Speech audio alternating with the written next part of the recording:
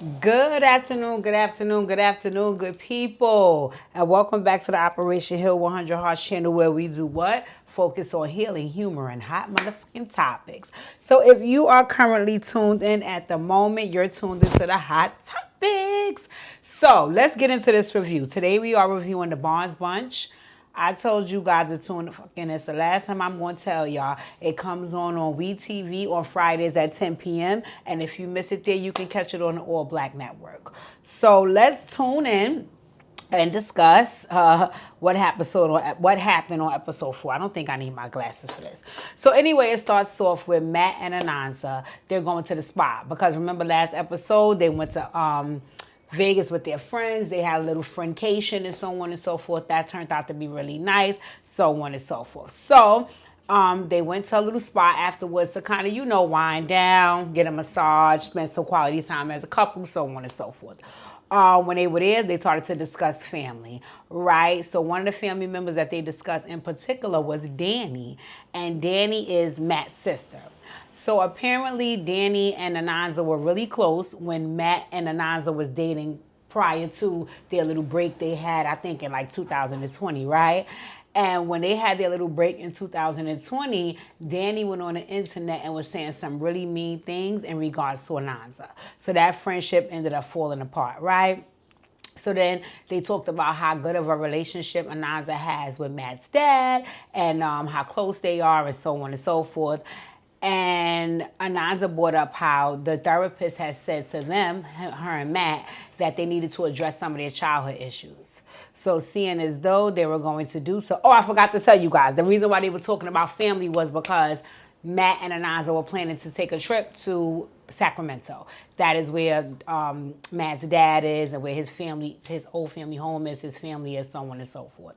So Ananza was saying that on a family trip, since our therapist said that we need to be really, working on some of our things from our past and our childhood and so on and so forth. What you think about touching base with your dad while you're there and having like a heart-to-heart and a one-on-one. So, Matt was like, okay, I don't really got no problem with that because I do want to work on and get past some of those things because I want our relationship to move forward. Right? So then, afterwards, Matt talked about how he grew up, how his dad wasn't really present. He worked a lot, and he said his dad was like a man's man. So he wasn't really willing to open up and have conversations about things like emotions and so on and so forth. He really was the type of father, like, do what you got to do what I say and not as I do. And I'm going to work and get this money to make sure you could do what you got to do. He said the person that he was really, really close to was his mom. But unfortunately, he lost his mom when he was 27 due to cancer. Right? So then they switched gears. And they started talking about how Matt had got an email from Isaiah's teacher. And the teacher basically was alluding to something about Isaiah cheating on his test. And Matt was like, listen, I got to run down on these twins and keep them in line. So I'm going to get with Isaiah about that, right? Next, the scene shifts and you see Matt going to get with Isaiah about this damn teacher emailing him and so on and so forth. So he walks in and you know what? I totally love. I personally like the relationship that Matt has with his boys. Because when he came in the door, Matt came in ready on go. Matt was like, hey, sit up.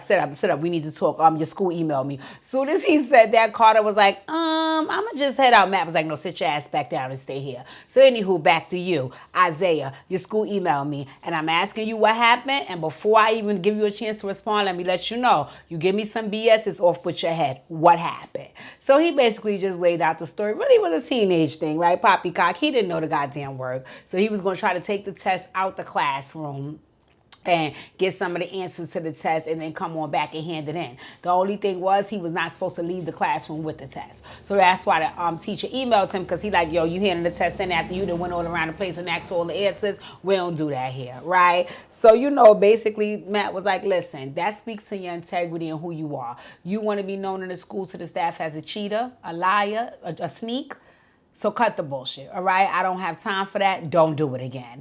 And it was pretty clear. I mean, Isaiah was pretty clear, like, you got it, Dad. You can see they don't play with him. And one thing I like about him, he's very clear cut, straight to the point with them. He's sweet to them, but he's stern with them because they boys. And you have to be, I want you to know I'm not playing with you. Life is not a game. It gets real, but also that I love you, right? So he basically, after that conversation, he brought up the sex conversation again, and they are like, pretty much over it. Like, why you keep asking us about this? It's so many words, but they don't want to say it. So when they brought it up, one of them was like, seems like, why you got your hand in, why you got your face in your hand? Something you want to tell me? You need some condoms or something? So they was like, no, dad, listen, we're not doing any of that. That's not what's going on.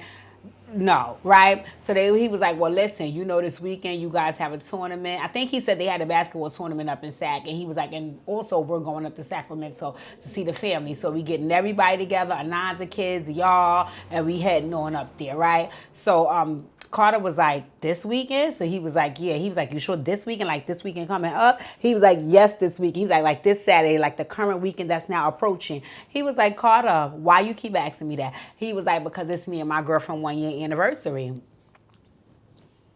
Matt was like, what the fuck they gotta do with me? Like, basically, I don't give a damn about that. We going to Sacramento this weekend. So he said that, and Carter was like, oh, hell no. Basically saying like, well, I can't stay behind, and I can't do this. And Matt was like, no, you cannot. We're going to Sacramento this weekend. Be blessed and start packing. And he got up and left out the room. So when he left out the room, he went downstairs and he was talking to Ananza about, I like their little setup. You get these crew ready, I'm gonna get this crew ready, who's packed, who's this, who's that. It seems like the twins were getting themselves together because they're older. Ananza was getting her 3 together, and then Matt was getting Ashton together, the child they got together. So while they was talking, Isaiah came downstairs and basically was like, Dad, I couldn't even stay up there with Carter. He's having a mental break. You have to let him stay, man. Let him stay behind. Let him stay, Dad. And Matt was looking at fucking Isaiah like, bitch, then you just cheat on your test. Take your ass back. You could see in his face, it was kind of like, what are you bringing this bullshit to me for? We fucking going to Sacramento. So as he's saying this, you see Carter come moping in the kitchen, and he trying to act like he was crying. So Anansa's like, oh my God, what's going on, baby? So she go and she grab Carter. She's there hugging him, and she's whispering to Matt like, you gotta let him stay. And Matt was like, this is some bullshit. But what I did see happen in those moments, right, is 2 things. One, Matt, he saw that everybody was on one accord except for him, right? And then 2, I also think that Matt, he wants to, be able to father his boys, how his dad fathered him, but he also wants to try something different, try a different approach. So what he did was he saw that in those moments, he was really affected about not being able to spend his 1 year anniversary with his girlfriend. So he was like, you know what? You can stay back. Don't worry about it. I'll get Gino to watch you, so on and so forth. You can stay back. And you can see Carter was like, yay. And Naza was like, yay. Isaiah was like, yay. And then they all did a group hug. I was like, that was so cute. But what he did say in his confessional, Matt, was he was like, when I was younger, I was never taught that it was okay to show emotion. And I feel like I'm raising my boys to be confident enough to know that when you have a feeling about something, it's okay to express it. He was like, because that's how you get a whole lot of pent up anger, and then you start having fights and doing all the nut shit that I was doing, like driving 100 miles and jumping over 9-foot gates and diving on people because I didn't know how to properly express my emotions, and I wasn't taught that as a kid. And most times I can identify, because most times in the hood, you're not taught to show your emotions, and that's boy or girl, because the moment that you do, you're labeled as soft. So he was basically saying the fact that his sons are okay with showing their emotional side, not just to him, but to whomever, and still feeling confident to be strong young men, he can appreciate that. He feels like he's raising them right. And I was like, go on now, Matt. So anywho, they ended up staying, letting him stay. So the next scene, they showed them boarding a flight to go to Sacramento, the whole family, except for Carter. And then what they also showed was Matt and Ananza was going to dinner with Matt's dad. Matt's dad name is Henry, and he have his boo Nancy. I could see with Matt's dad, he into the Caucasian woman, because if I'm not mistaken, Matt's mom was Caucasian, and so is Henry's new boo Nancy. She's Caucasian.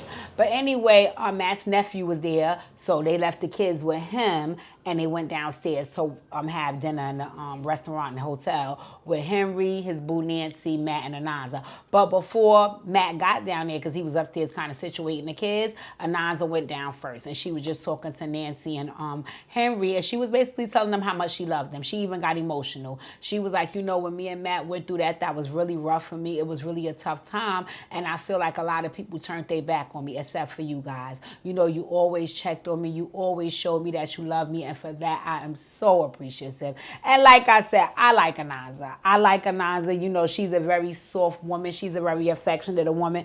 I seen in some of the comments that you guys were leaving.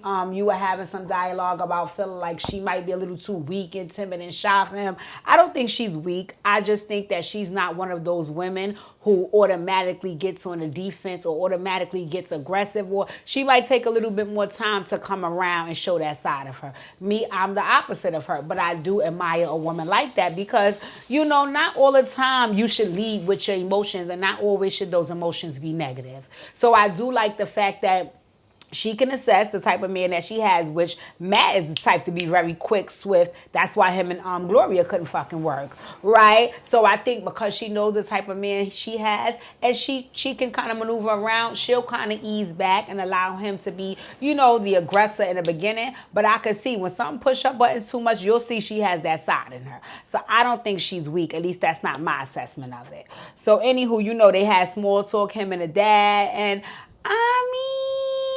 I didn't get that Matt and the dad is really cool. I got that you my father and I love you. You my son and I love you.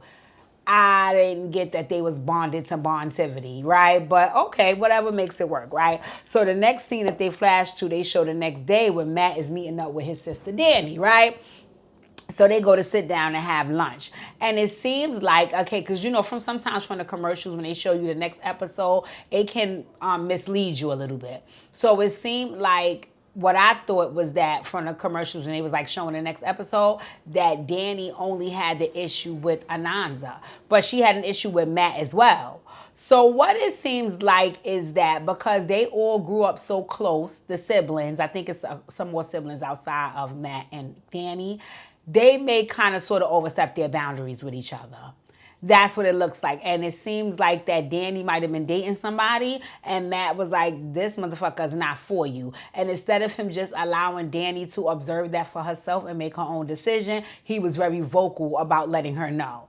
And I think that created a tiff between them two, right? So she basically was saying she feel a disconnect between them, and she want to go back to how family is and so on and so forth. And she want to do that with him and Ananza.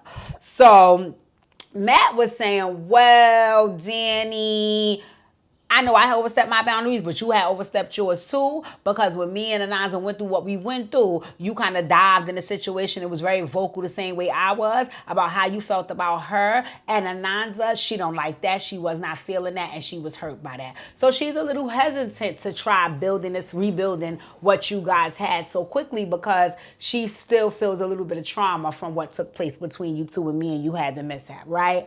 So basically what I got from what Danny was saying was that A, she did overstep her boundaries. B, she is overprotective of her brother. And C, she felt like Ananza was not being genuine in some of the things that she was sharing and saying on social media. And it's her job, to be genuine and real with everybody and everyone. Right? I've been this person and I've been subjected to this type of person. I've been this person where, sometimes I just had to realize that I needed to shut the fuck up.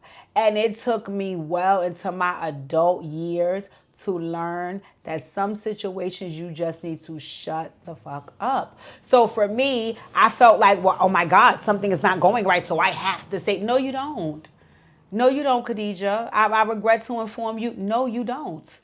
No, you don't. As long as it doesn't affect you, you might need to do what? Mind your motherfucking business. Right? And I praise God because it's the best lesson I ever learned was that not always do I have to say something. Not always do people want my opinion. Not always do people care what I think. And not always does it matter what I think. Shut the fuck up and mind your fucking business. Right?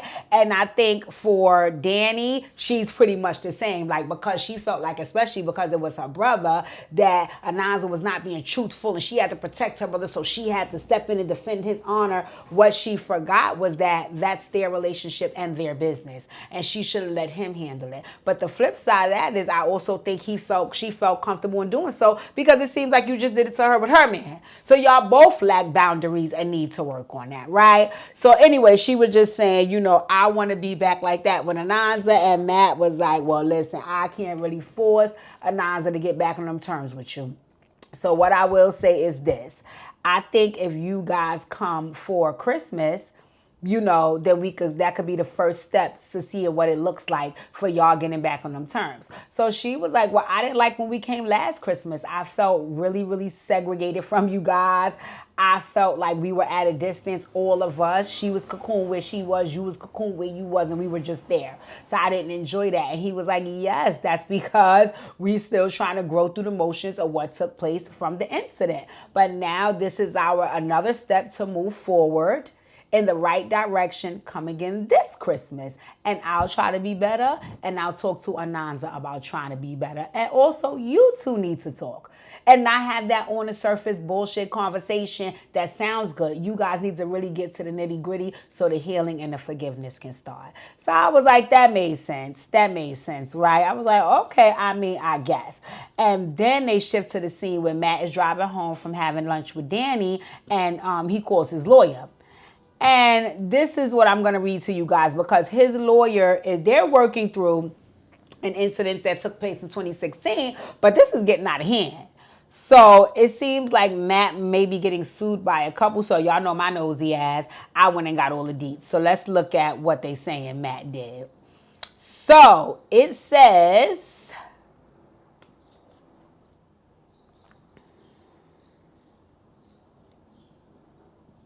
the New York City, this happened back in 2016, December 2016. The New York City Police Department is looking to question Sacramento Kings forward Matt Barnes concerning an incident at an NYC nightclub early Monday morning. The incident was first reported by TMZ. Barnes is accused of choking a woman during an argument at the club. Barnes then allegedly punched another woman and a man who attempted to break up the fight. In the video posted on TMZ, Barnes is seen leaving the scene with King center DeMarcus Cousins. Cousins can be heard on a video referencing the fight. A representative for Barnes told TMZ that he was defending himself from attackers while at the club. We do not believe a crime was committed and are hopeful no charges will be pressed, Barnes' attorney Alex Spiro told the website. The incident occurred hours after the Kings were in town to play the New York Knicks. Barnes played 17 minutes in a 106-98 loss, scoring 2 points on a 1-11 shooting. Barnes, 36, in his 14th NBA season, and in his second stint with the Kings, he spent a portion of his 04-05 season with the team. The NBA suspended Barnes 2 games last season after an altercation with former New York Knicks coach Derek Fisher. Barnes was also fined $15,000 for directing inappropriate language toward game officials during a loss to the Miami Heat last month. So the long and the short of this, which I already knew from when I used to watch Basketball Wives, is Matt can be a hothead.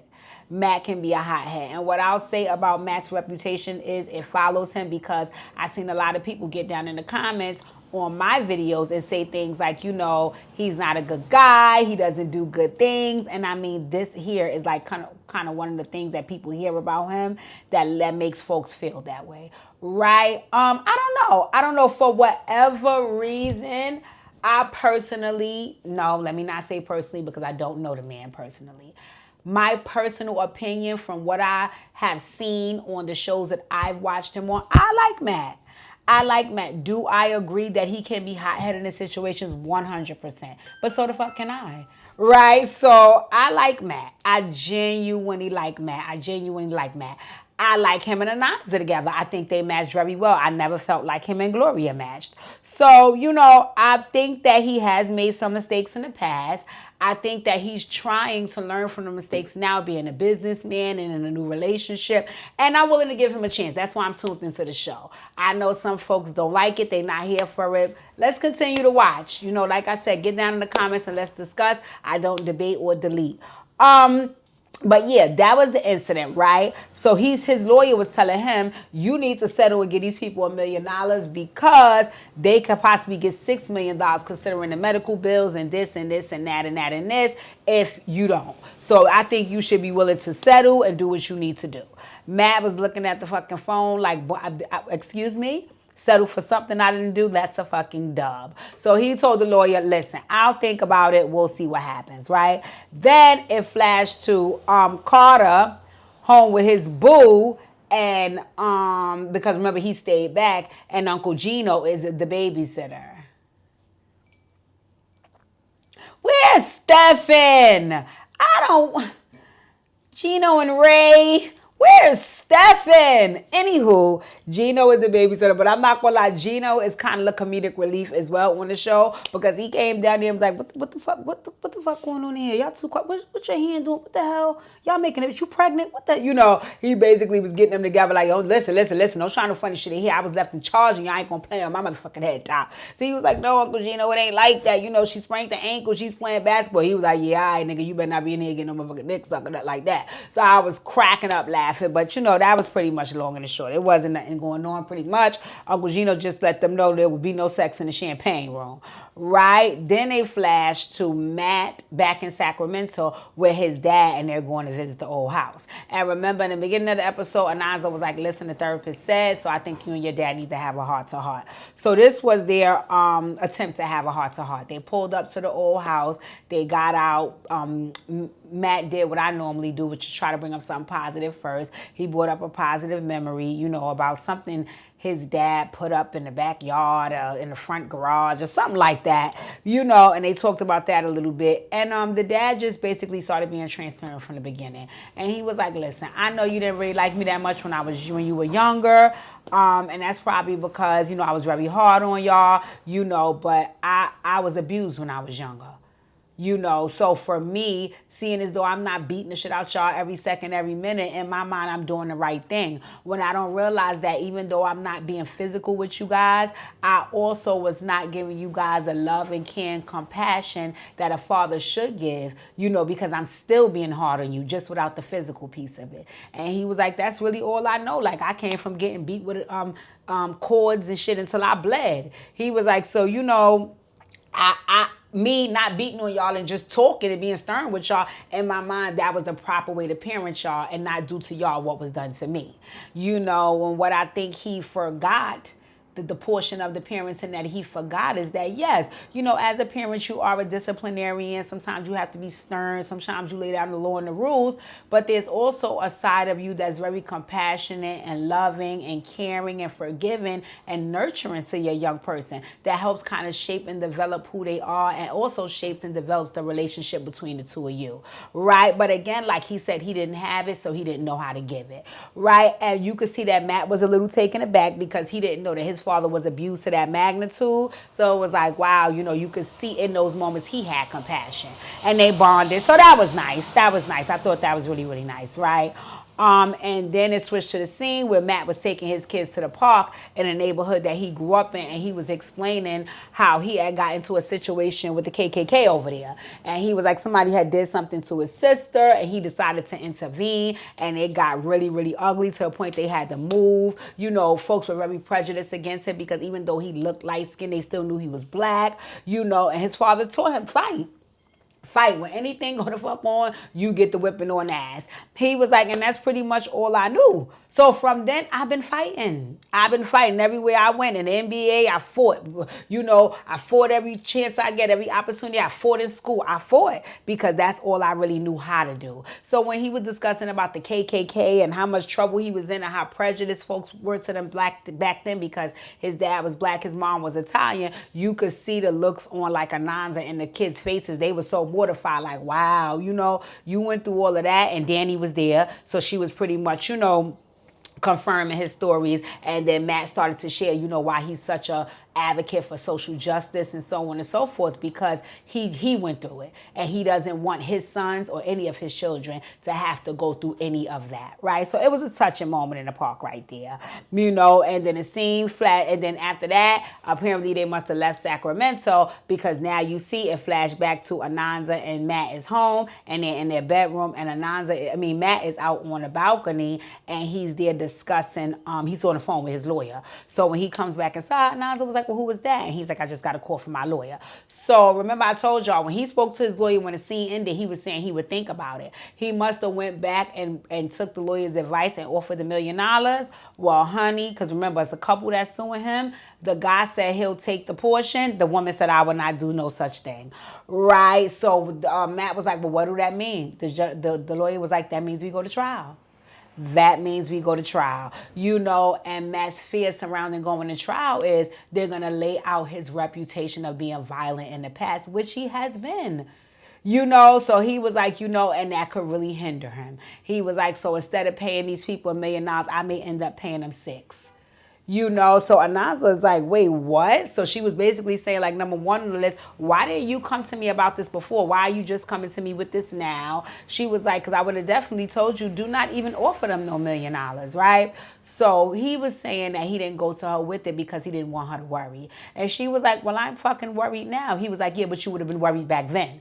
So I'm only dealing with your worry now, as opposed to have been dealing with it 3, 4, 5, 6 months ago when I told you initially. So I understood where they both was coming from in that moment, right? And it both made them sad, because what she was saying was, what they both were saying was, we have plans. We have plans. We have IVF. We have a wedding. We have homes. We have plans, and all of those plans get derailed if we take a $6 million loss.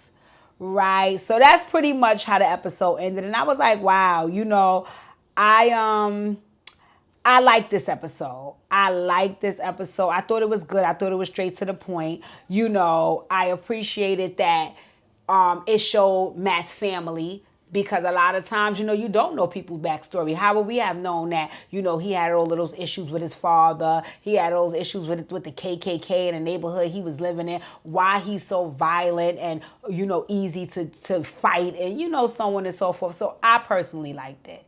Like I said, from what I've seen of Matt, I like Matt. I like Ananza. I like Matt and Ananza together, and I like their little family dynamic. So my hope and my prayer is that, they show get another season, because I genuinely enjoy it. In any event, ladies and gentlemen, that is episode number 4 of the Barnes Bunch. Thank you guys for tuning into my reviews. And I mean, y'all really tune in, because my numbers be up off these reviews. I appreciate that. I hope y'all really watching the show. For my folks who have dropped down in the comment section and shared their feedback regarding Matt, I get it. Let's have some more dialogue. Does anybody else have any feedback about it? Let's talk about why you have those feelings. I just explained some of the reasons why I kind of like Matt. And I could identify, I grew up with Matt. I grew up with Mats all around me, men that had so much going on that they had no choice to be violent. They didn't just wake up mean and angry. Things happened in their lives. And for me, I always tell you guys, my famous Operation Hill 100 Hearts mantra is built on a motto of, I don't look at what's wrong with people. I look at what happened to them.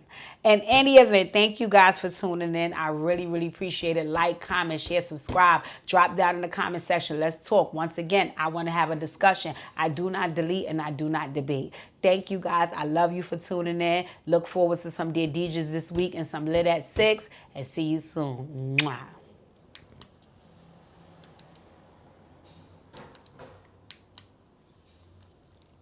Why this thing always gotta embarrass me? Act right.